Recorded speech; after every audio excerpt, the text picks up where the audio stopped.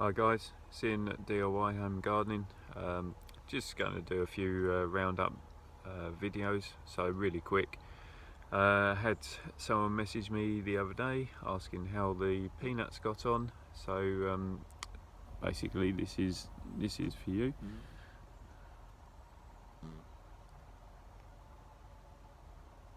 You can see they'd started developing something, so the plants themselves were growing really well up until we got to like the June-July time, and then the weather had been hot. The plants were enjoying it.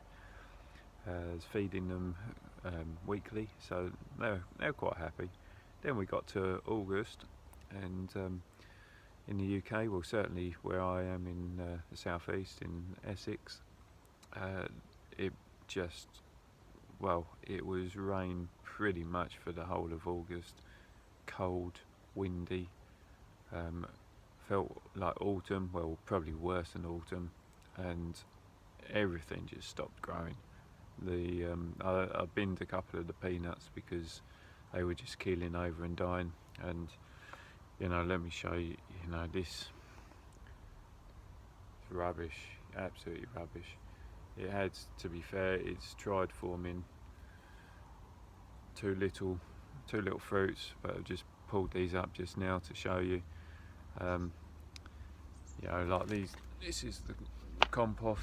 It's just saturated still, so we're on the 5th of September now, so I'm just doing some roundups on videos, but yeah, unfortunately peanuts a bit of a waste of time.